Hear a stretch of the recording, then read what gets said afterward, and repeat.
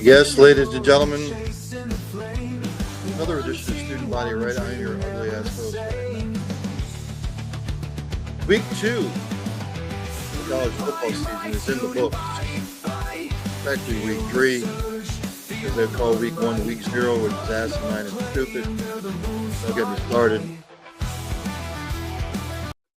But again, welcome to another edition. I will recap the top 25 action from week 2. We will also preview top 25 week 3 in college football. Did you watch? How did your team do? Were you pleasantly surprised? Did they stink? You have concerns? I've got shit to talk about. The first thing is, big boys, would you stop scheduling suck-ass teams that have no business being on the field with you? I know they're getting a big payday to come play you. Much like my Gators did against South Florida, by the way. And they lost. But let's run it down for you, shall we? The number 25 Utah Utes took on Cal Poly. Beat the hell out of them 63-9. Really, this is the kind of stuff the fans don't want to see. Maybe if you're a Utah fan, you want to see it. But look, this had a time and place, but it doesn't have a time and place anymore. It just doesn't. Utah should not be playing Cal Poly, but they did. Let's go over the stats, shall we? They used 4 separate quarterbacks there in this game for Cal Poly. Ty Diefenbach was 6 of 9, 82 yards, no touchdowns or pick. Leading rusher was Anthony Grigsby Jr., 10 carries, 25 yards. Cal Poly really couldn't muster up anything. Kian Salihai, 3 catches, 4 for 33. Kenny Olsen was their leading tackler with 11. For Utah, Devin Dampier, he was 17 of 23, 192 yards, 3 touchdowns, no picks. Utah ran the ball collectively 46 times for 273 yards and 5 touchdowns. Bert Ficklin with 2 rushing touchdowns and Naquan Rogers, 2 rushing touchdowns. Leading receivers, Ryan Davis, 6 for 58, a touch. Wayshawn Parker, 1 catch, 52 yards, and a touchdown. Leading tacklers were Paul Fitzgerald, Jackson Bene, 6 tackles and 5 total tackles. Team stats. Again, Cal Poly couldn't do anything. Utah was 9 of 3 on third down. Cal Poly was 3 of 13. Cal Poly turned it over twice. Utah, none. Rushing yards, Cal Poly 65 and 273 for Utah. Enough said. Ass whooping again. Stop scheduling cupcakes. It's annoying and asinine in today's world of college football. Again, Texas Tech beat the shit out of Kent State 62-14. Number 24th ranked Texas Tech. There's some believe will win the Big 12 this year. I wasn't one of them. My pick to win the Big 12 is sucking out loud over the first 3 weeks of the season. Kent State stats: Drew DeShield, 7 of 15, 115, a touchdown, no picks. Kent State couldn't run the ball, 34 carries, 64 yards, and 1 touchdown.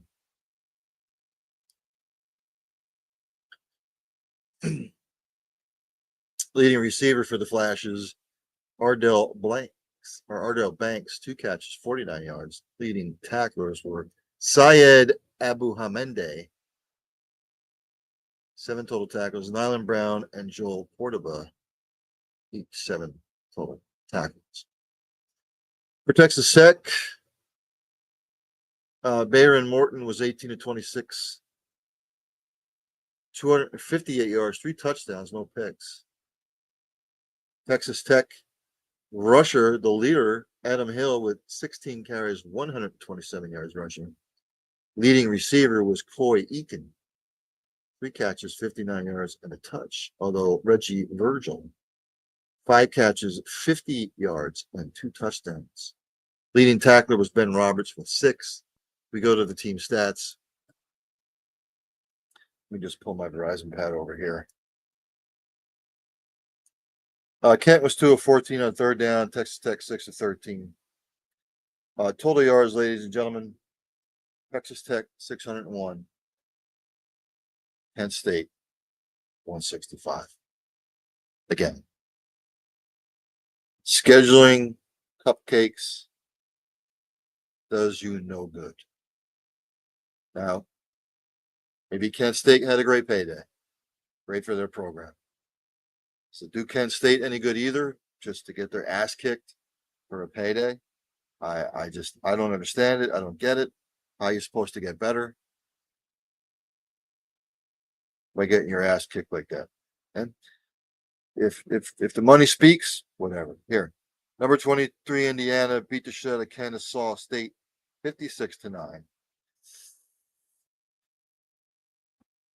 It was really, for the most part, Cupcake City on Saturday. Kennesaw State, Amari Odom, 10 of 16, 176 yards, no touchdowns, and a pick. Kennesaw State rushing 32 carries, 89 yards collectively.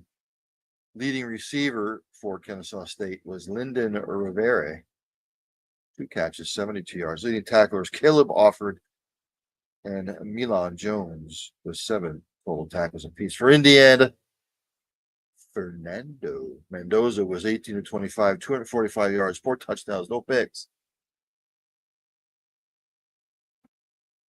Lee Beebe Jr., 11 carries, 90 yards and a touch. Omar Cooper Jr., 1 carry for 75 yards and a touch. Indiana ran the ball collectively 38 times for 316 yards and 3 touchdowns. Leading receiver was Elijah Surratt, 9 catches, 97 yards, 3 touchdowns. Leading tackler was Keelan Wyatt with 9 total tackles.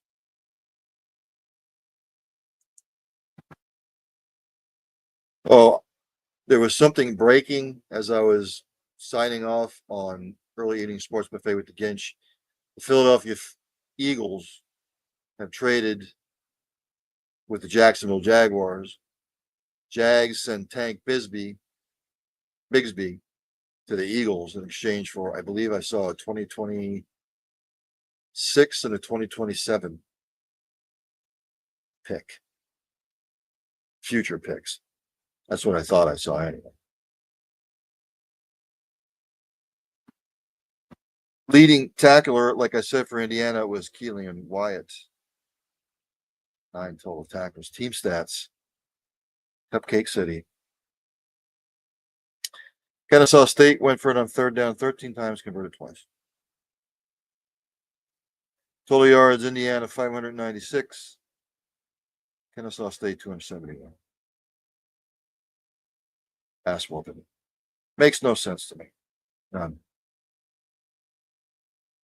Again, maybe a great payday for Kennesaw State towards their athletic program. I don't know. Just to get bludgeoned to death for a payday. Okay. Another one. Number 22, Tennessee took on East Tennessee State, beat the shit out of them 72-17. What does it accomplish? What does something like this accomplish? If you want to go for the money, you want to get your ass kicked, more power to you. East Tennessee State stats. Cade McNamara was 11 of 18, 85 yards, with touchdown, no picks.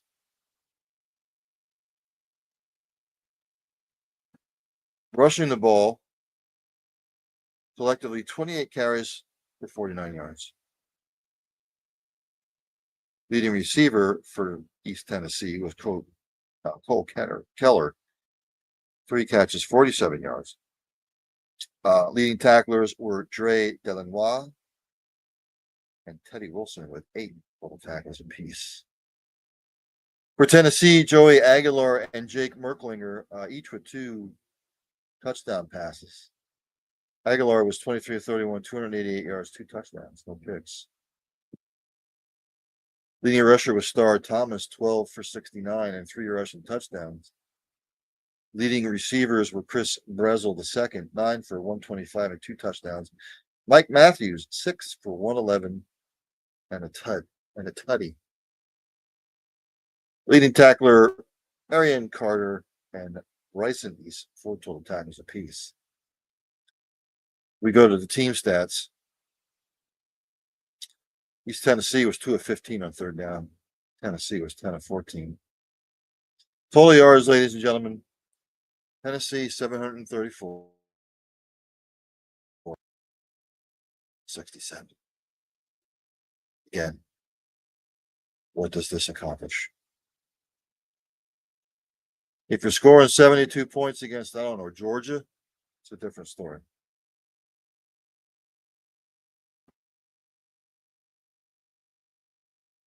Somebody make it make sense. Number 21, Alabama beat Louisiana Monroe 73 to nothing.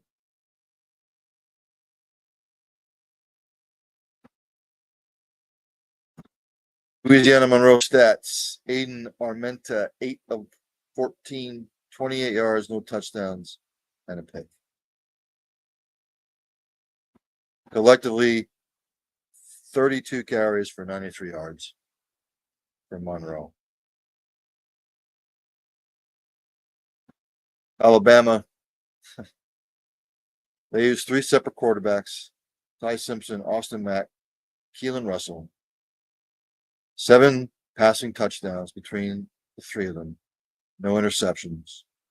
371 yards passing. Again, what does this do for your confidence?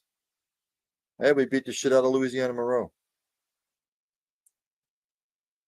A.K. Deere was the leading rusher, 5 for 76 and a touchdown. Alabama receiving, Hermie Bernard, 3 for 67, 2 touchdowns. Leading tackler James Smith, Deontay Lawson, Drake Kirkpatrick Jr., 4 total tackles apiece. Team stats. All you need to know. Alabama total yards 583.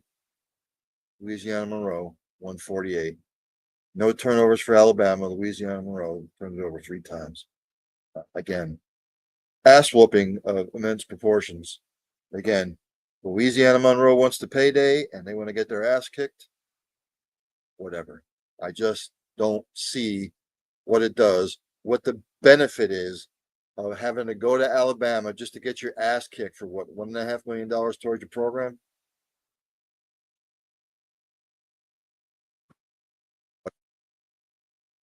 Number 20, Ole Miss went on the road, avenged last year's loss to Kentucky. They went 30-23, although it was nip and tuck there for a while. Ole Miss did what they needed to do to win. Last year, they would have lost this game, as they did last year. Austin Simmons for Ole Miss, 13-24, 235 yards, no touchdowns, 2 picks, which kind of kept Kentucky in the game. Ole Miss rushing, Kawan Lacey had a day, 28 of 138 and a touchdown. Ole Miss receiving, Harrison Wallace III, 4 catches, 117 yards.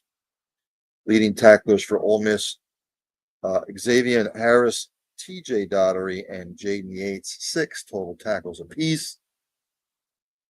For Kentucky, Zach Calzada, 15-30, 149, no touchdowns, no picks.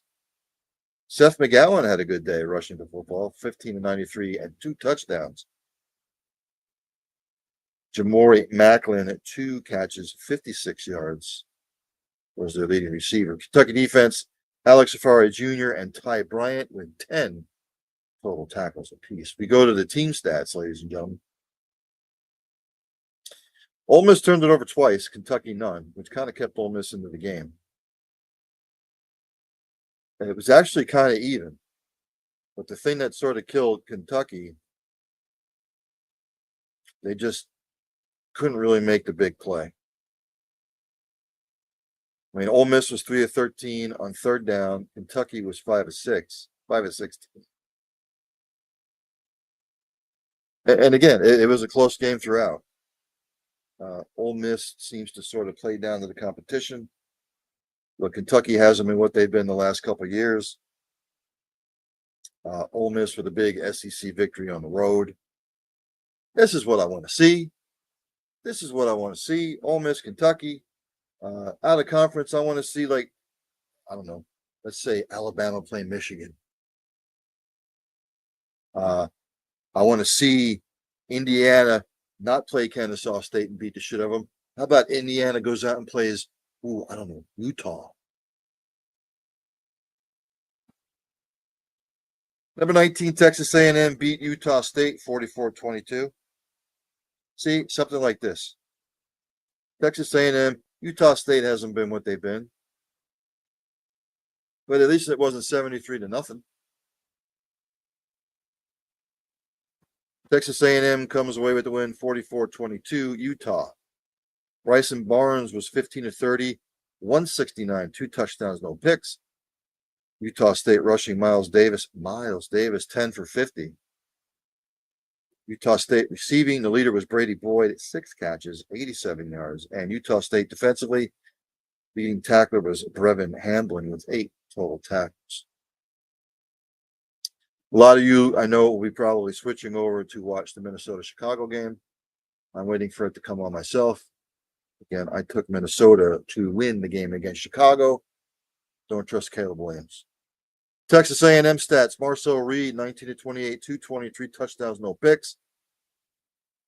Le'Veon Moss and Marcel Reed, each with 10 carries, over 60 yards, and a touchdown apiece. The leading receiver, Mario Craver, 5 catches, 114, and a touchdown. And KC Concepcion, 6 catches, 73 yards, and 2 receiving touchdowns. Leading tackler for A&M's defense, Scooby Williams, 6 total tackles.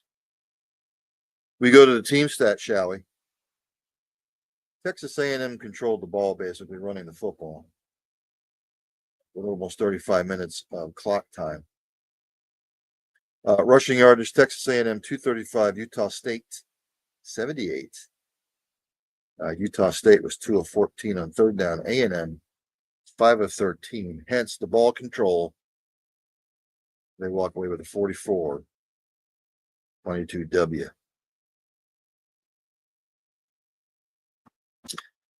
In a game that I didn't think either team really wanted to win, Baylor goes on the road and beats number 17 SMU in overtime. SMU sort of had this game won, and then they just sort of collapsed. And SMU, Baylor with the big victory in OT. For Baylor, Sawyer Robertson was 34-50, 440 yards, 4 touchdown passes, no picks. SMU's passing defense was nowhere to be seen. Bryson Washington for Baylor, 31, 115, 2 touchdowns. Baylor receiving, Josh Cameron and Ashton Hawkins each had 9 and 10 catches respectively, 151 yards, 2 touchdowns, 145 yards. Keaton Thomas, 10 total tackles. For SMU, Kevin Jennings, 16 of 22, 295, 3 touchdowns and a pick. TJ Harden, the big day rushing, 19, 115, 3 rushing touchdowns. Romelio Brinson, 4 catches, 126 yards, 2 touchdowns receiving. Isaiah Nwokobia, 12 total tackles. Team stats.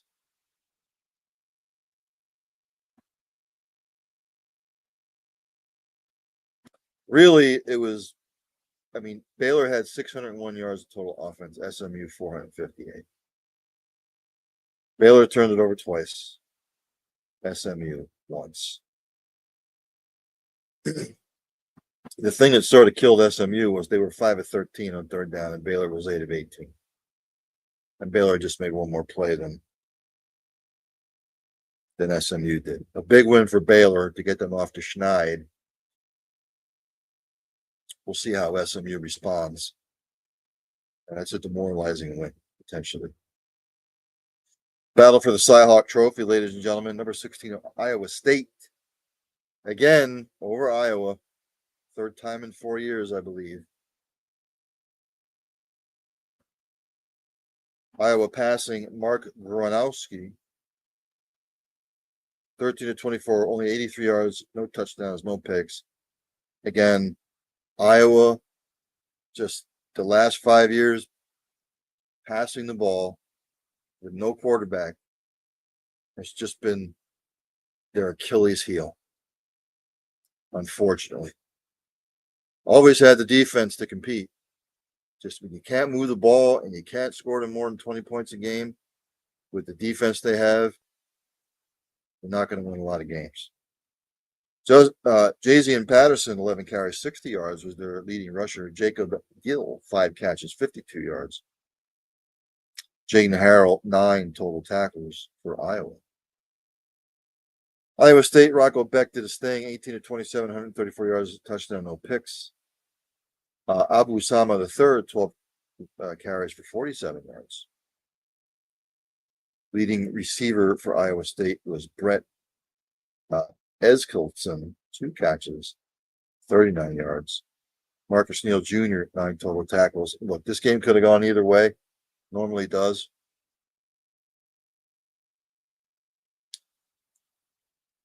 Look, this Iowa State made one more play than Iowa did. Again, if you watch the game, like I did, it was a defensive battle. It was a slobber knocker. And this, throughout the last 4 years, Iowa State's had Iowa's number. Matt Campbell. Now, I'm still waiting. I've seen this before from Matt Campbell's teams. Now, last year, Iowa State had a fantastic year. They always start out strong. We'll have to see how this propels them. One of the big games of the day, which turned out not so much for Michigan. Can we pump the brakes on Bryce Underwood for a second? Number 18, Oklahoma over number 15, Michigan, 24-13. It's a big win for Oklahoma. Still need to see it consistently from Oklahoma, though. Brett Venables, some of the teams as he had. Yeesh. For Michigan, Underwood was 9-24, 142, a touchdown, no picks. Arguing with his teammates on the sideline, by the way. Justin Haynes, 19 carries, 125, and a touch. Donovan McCulley, 3 catches, 91 yards. Michigan's defense, Ernest Hausman with 11 total tackles. For Oklahoma, John Mateer, 21-34, 270 yards, a touchdown. Pick.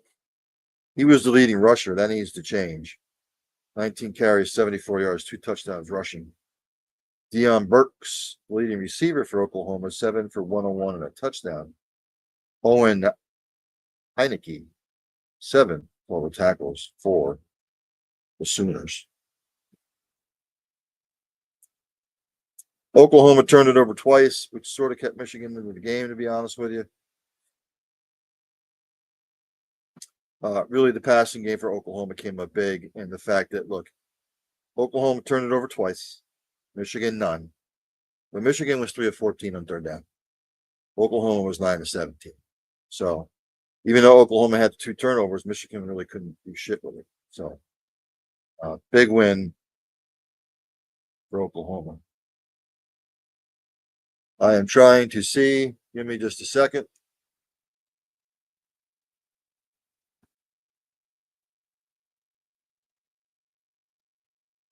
Of course, I can't get the game because it's screwing me. I can't watch the Minnesota-Chicago game.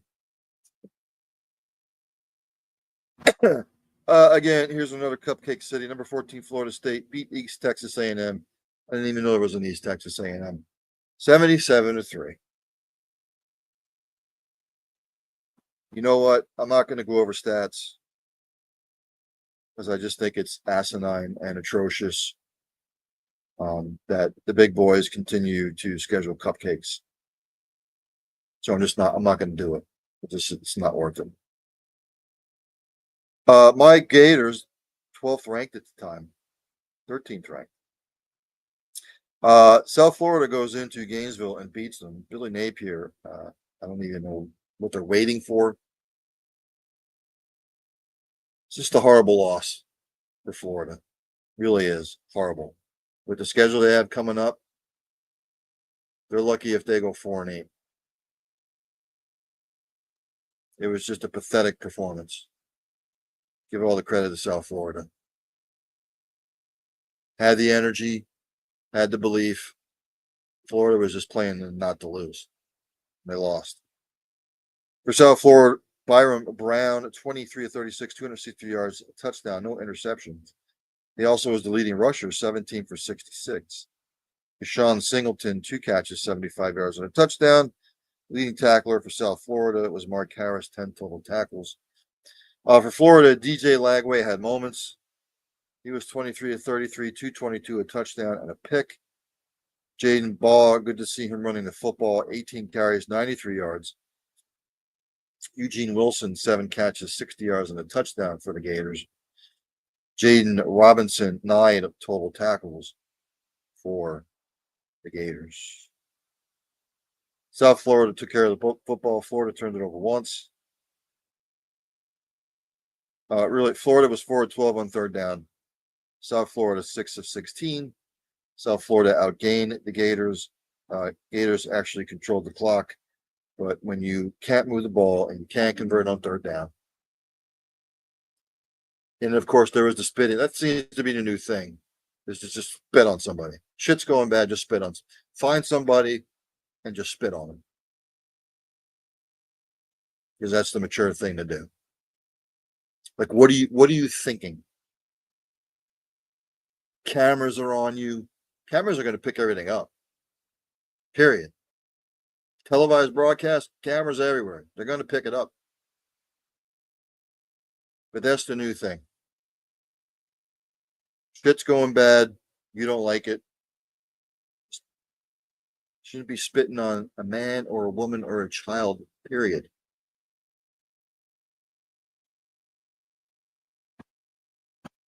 Mississippi State took out number 12 Arizona State, 24-20. Good for Mississippi State, by the way. Falling on hard times last couple of years, especially with Mike Leach passing away a couple of years ago. Good to see they get a signature win like this. Could propel them to some better things. Arizona State passing, Sam Levitt had a horrible day, 10 of 22, 82 yards, a touchdown, threw 2 interceptions. Look, running the ball, Arizona State was fantastic. 51 carries collectively, 251 yards and a touchdown. Raleek Brown and Kanye Udo, each over 100 yards rushing. Arizona State defense, Kayshawn Elliott, 8 total tackles. For Mississippi State, Blake Shapen, 19 of 33, 279, 3 passing touchdowns, no picks. That's the important stat. Mississippi State really couldn't run the football, 30 carries, 66 yards. Mississippi State receiving, Brennan Thompson and Anthony Evans III, each with over 100 yards receiving. Brennan Thompson, 2 total touchdowns receiving. Anthony Evans, 1.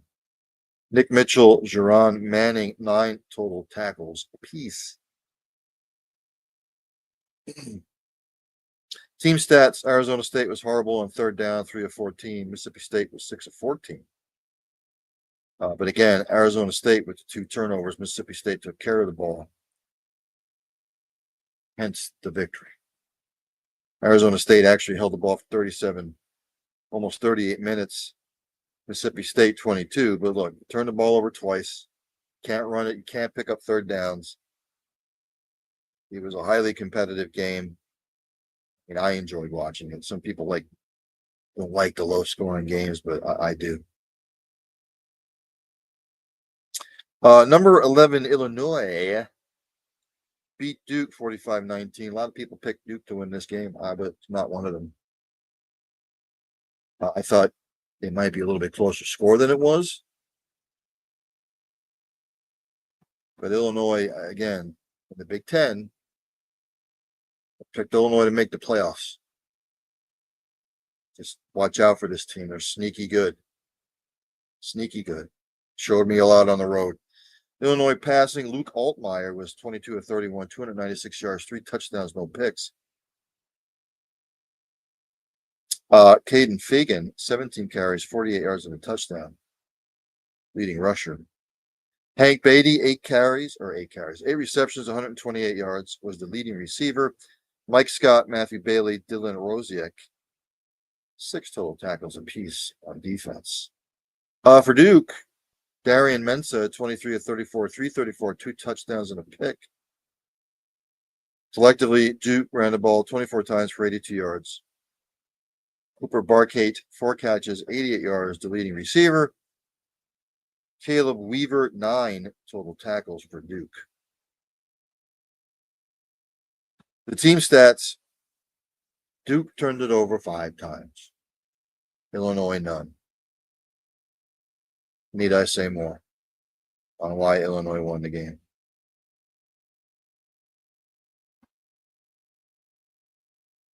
Turn the ball over 5 times, and the other team doesn't turn it over at all. More than likely, you're not winning a football game. Number 10, South Carolina beat South Carolina State 38-10. Game wasn't close.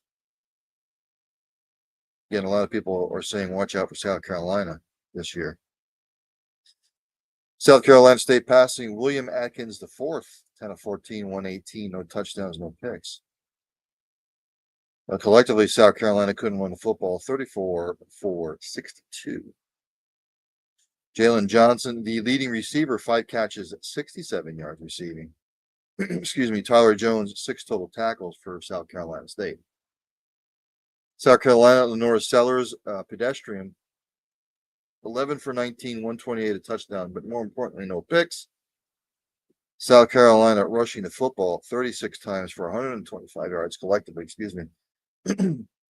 South Carolina receiving, Vandrevius Jacobs, 4 for 57 and a touch.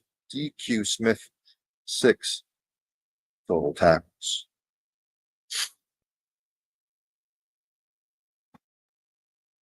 Again, we go to the team stats. South Carolina State actually won the battle time of possession. They only run the ball for 62 yards. South Carolina ran it for 124. But South Carolina State actually outgained South Carolina. But South Carolina just came up with some massive plays, big plays, to win the game. So South Carolina with the in-state W. Number 8, Clemson beat Troy 27-16, but Clemson does not look good. They have not looked good.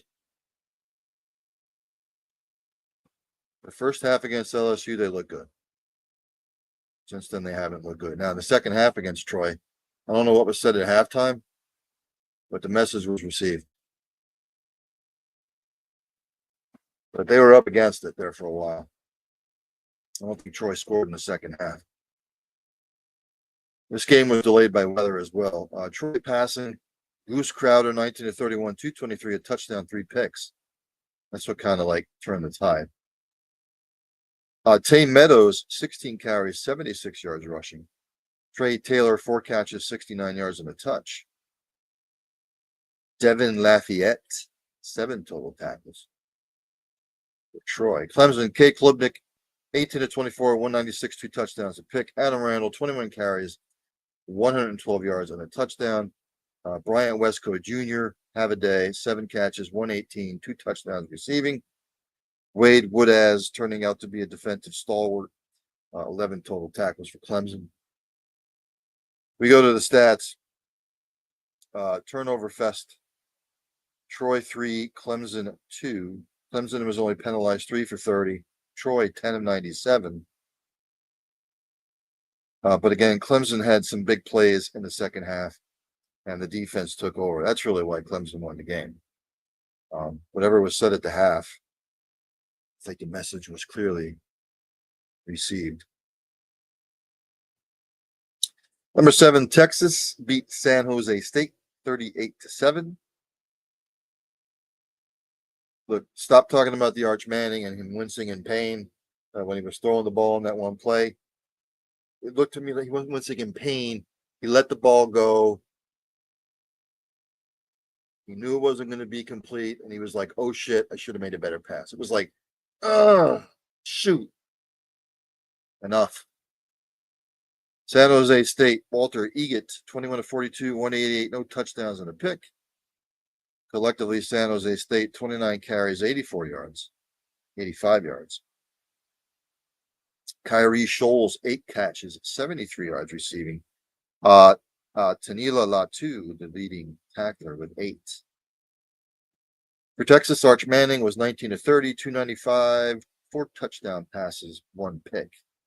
CJ Baxter, the leading rusher, 13-64. Leading receiver, Parker Livingstone, had a day. 4 catches, 128, and 2 touchdowns. Michael Tafe, 8 total tackles. We go to the team stats. San Jose State turned it over 4 times. Texas only twice. Texas won the running battle. I will say this about Texas. They're only 2 of 12 on third down. They just had some huge plays in the game. But that needs to change. And they need to run the ball more effectively. I know they had 155 yards rushing collectively, but that really needs to change. And I picked them as my national champion, by the way.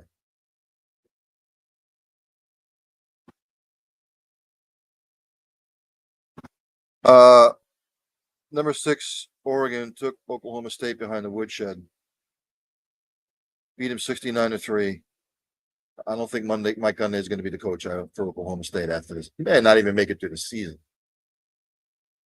My buddy Scott Wright out there, who covers Oklahoma State, doesn't really probably foresee him being the coach next year after this year. But if it continues on this path, I don't think he makes it through the season. You know what? Again, a beating like this, not going to go over the stats. It's just useless. Just all you need to know is Oregon kicked the shit out of them. Here's another one. Number 5, Miami over Bethune-Cookman. Again, Cupcake City, not going to go over the stats. Number 4, Georgia, struggled with Austin Peay, by the way. They only won 28-6. Looking ahead to Tennessee. That's what happened there. Number 3, LSU over Louisiana Tech, 23-7. Again, LSU might be looking ahead to other opponents. Penn State, number 2, Penn State struggled with Florida International for a while, but pulled away 34-0. And again, number 1, Ohio State beat the shit out of Grambling, 70-0. I'm not even going to go over stats with shit like that because it's just, what good does it do? What good does it? Forget it. I'm not going to go over it. Grambling got a great payday out of this. Come to Ohio State, get the shit kicked out of you. Then I digress.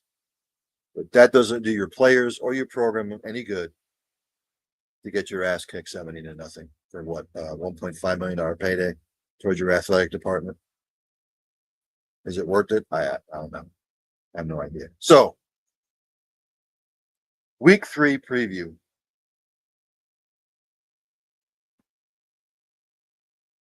Of the top 25 this week. I will go down the list as these are scheduled, and then I will save my game of the week and make my pick. On Friday at 6:30, the Indiana States take on the Indianas. Number 22, Indiana, by the way. Indiana should win this game handily. I'll go Indiana 45, Indiana State 7.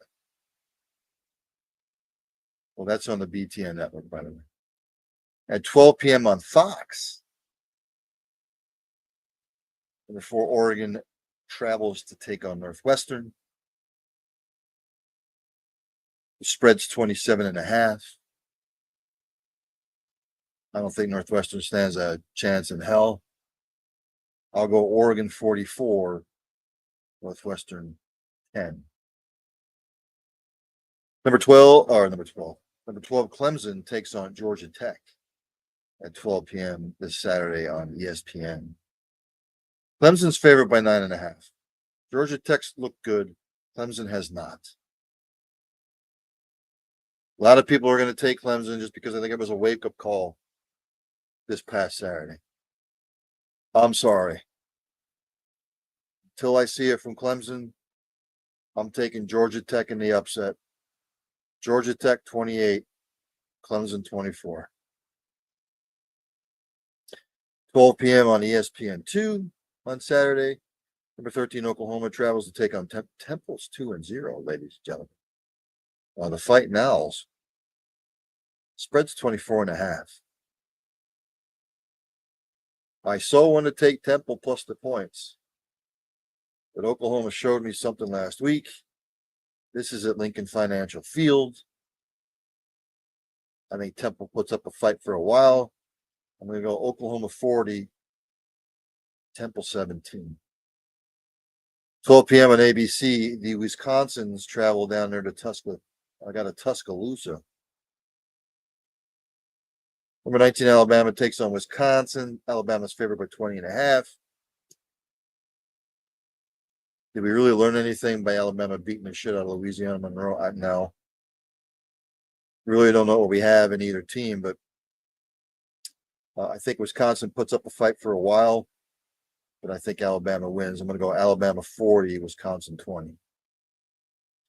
12 p.m. on the BTN network.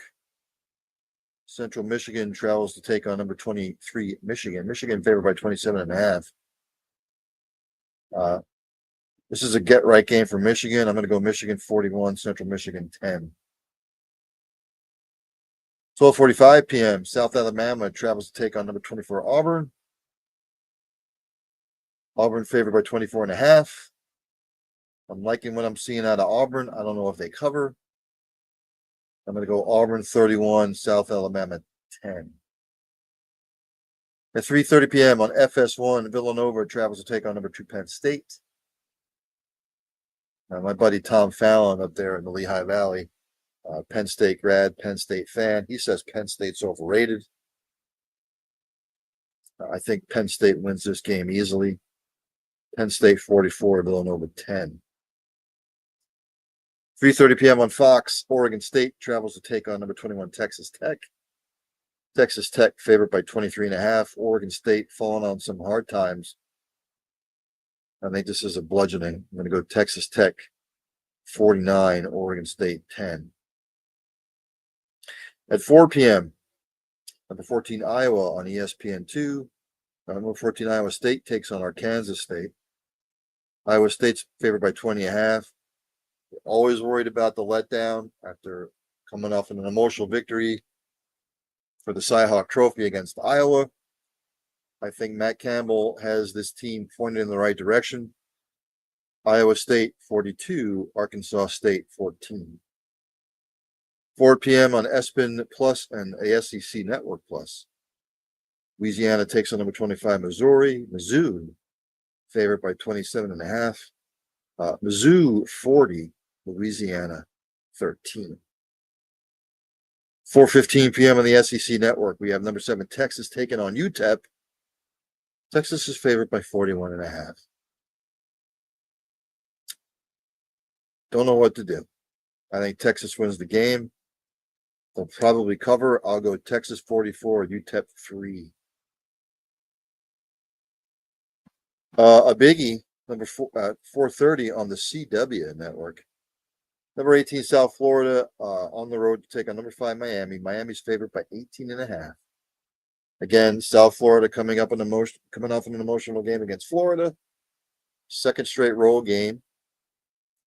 Miami, did we really learn anything about them playing Bethune-Cookman? No. South Florida will cover. But Miami wins the game. Miami 31, South Florida 17. 7 p.m. on the Peacock. Number 1, Ohio State takes on Ohio. 31.5 point favorite is Ohio State. Ohio won the MAC last year, but going into the shoe late at night. Ohio State 45, Ohio 10. 7 p.m. on FS1, we got the Western Michigans taking on number 9, Illinois. Illinois is favored by 27.5. Illinois should win this easily. Illinois 44, Western Michigan 7. 7 p.m. Arkansas taking on number 17 Ole Miss. Both undefeated. SEC matchup. Mississippi favored by 8.5. Closer than the experts think. Ole Miss 31, Arkansas 24. 7:30 p.m. on ABC. My Florida Gators travel to take on number 3 LSU. LSU is over favored by 9.5. Somebody knows something that I don't. The way Florida looks, yeah. LSU 35, Florida 21. 7:30 p.m. Number 16 Texas A&M takes on number 8 Notre Dame. NBC and Peacock. Notre Dame is favored by 6.5. If Notre Dame starts up 0-2, they may not make the playoff. Notre Dame needs the W. Notre Dame 27, Texas A&M 24. 7:45 p.m. on the SEC network. Vanderbilt takes on number 11 South Carolina. South Carolina favored by 5.5. This is one of my sneaky good games of the week. I want to take Vandy in the upset, but I can't do it just because South Carolina's at home. South Carolina 27, Vanderbilt 24.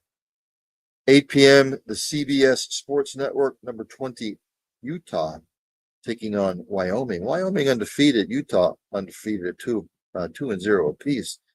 Utah is favored by 22.5. I think Wyoming puts up a fight for a little bit, but Utah, just defensively, I'm liking what I'm seeing. I'm going to go Utah 41, Wyoming 17, which comes to the game of the week. And another edition of Who Gets the Finger? Number 6 Georgia, and number 15 Tennessee. This is at 3:30 p.m. Dave, let's throw him up there. Mr. Wallencheck. DW, what's up, Ryan? Thanks for tuning in, DW. Good to hear from you. Let's put it up there again. That's right. Thanks for tuning in to Student Body Right. This again, ABC, 3:30 p.m. Number 6 Georgia, number 15 Tennessee. Tennessee's starting corners are out for this game again. Second week in a row, they're going to be out. Doesn't bode well. I know Georgia struggled against Marshall. Tennessee beat the shit out of East or West or East Southwest Tennessee, wherever the hell they played last week. Doesn't really tell me much. Until Tennessee can prove to me they can beat Georgia. Spread's 3.5. So the bookmakers are giving Tennessee some love. Just some love because they're at home. Dave Wallencheck says, need to get you back on the show. Yeah, man, anytime. Let me know. I'm there. All kinds of shit that I can talk about, my friends. Missing corners for Tennessee. Georgia just seems to have Tennessee's number. Some people will be in Tennessee because it's at home. I'm not one of those people. So let me go to it. If I can pull it up here. With all that being said, ladies and gentlemen, yes, Georgia, you and your fans, you, my friends, get the finger. Georgia will win this game 33-20. Oh, and I forgot to play. Now, it's the Georgia Fight Song Facebook. So you can kiss my ass because anything before 1923, and this is way before 1923, it's not under copyright infringement. Ladies and gentlemen, Georgia, the fan base, you, my friends, get the finger.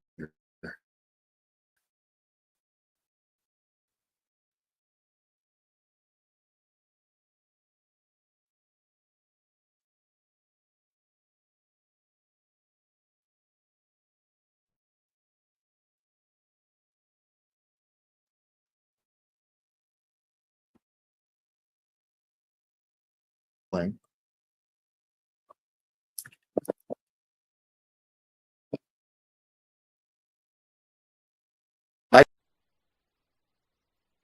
But anyway, there you have it.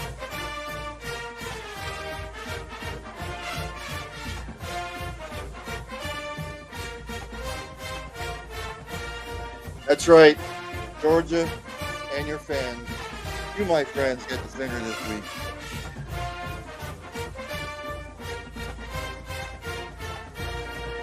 Georgia 31, Tennessee 20. Again, thanks to everybody that tunes in. I got to check what the Minnesota Chicago score is. I don't even know because I can't even get the game. Again, thanks to everybody that tunes in.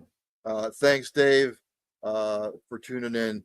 Tell your friends, tell your family, tell your state senators, tell your representatives, tell Congress, tell the Senate, tell everybody. So there you have it. Georgia gets the finger. Enjoy the college football games this weekend, ladies and gentlemen. I will be back on tomorrow on the Cole County Entertainment Network for another edition of Early Eating Sports Buffet with the Ginch. That's at 7. Then at 8 o'clock, end zone to end zone. I got all kinds of stuff to talk about with week 1 in the NFL. I'll go over the stats. We'll get more in depth about it. But again, thanks for tuning in, everybody. Once again, I'm going to play us out. Georgia, you get the finger.